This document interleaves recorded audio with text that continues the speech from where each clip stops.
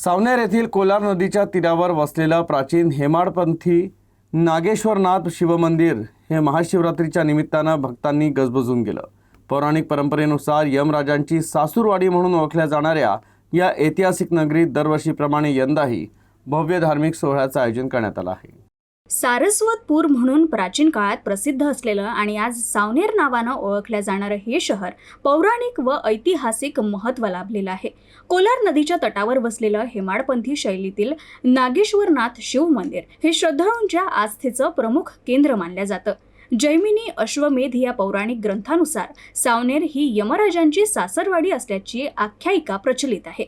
हे मंदिर भक्तांच्या श्रद्धेचं केंद्र असून येथे केलेली मनोकामना लवकर पूर्ण होते अशी भाविकांची अढळ श्रद्धा आहे। महाशिवरात्रीच्या पावन पर्वानिमित्त शिवमंदिर देवस्थान ट्रस्टतर्फे अभिषेक, रुद्राभिषेक तसंच रामायण, महाभारत आणि भगवद्गीतेचं पारायण अशा विविध धार्मिक कार्यक्रमांचं आयोजन केलं जातं। सावनेर तालुक्यासह संपूर्ण विदर्भातून हजारो भाविक येथे उपस्थित राहतात आणि परिसरात जत्रेसारखं वातावरण निर्माण होतं। मंदिर परिसर आकर्षक रोषणाईनं सजवण्यात आला असून या प्रकाशाचं प्रतिबिंब कोलार नदीच्या पाण्यात पडताना दिसणारं दृश्य भाविकांना मंत्रमुग्ध करून टाकतं।